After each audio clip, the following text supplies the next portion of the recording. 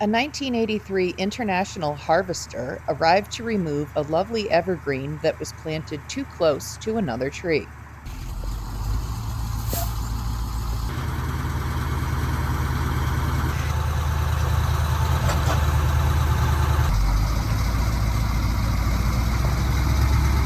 The gentleman informed me that he was preserving the root ball and the healthy tree would be transported to another location.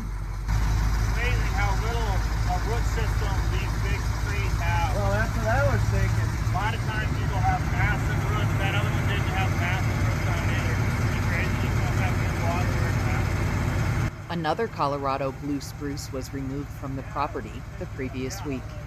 Especially as wide as like this one's not terribly wide, but that other one's really wide. You did have one going out. I don't know what you think.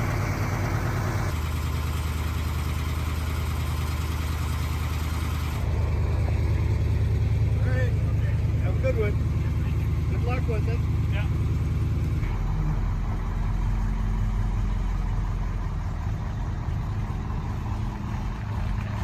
Good deal. All that's left is to try, and now. And that's one less evergreen for the Evergreen Condominiums. In Rapid City, I'm Cheryl Lee.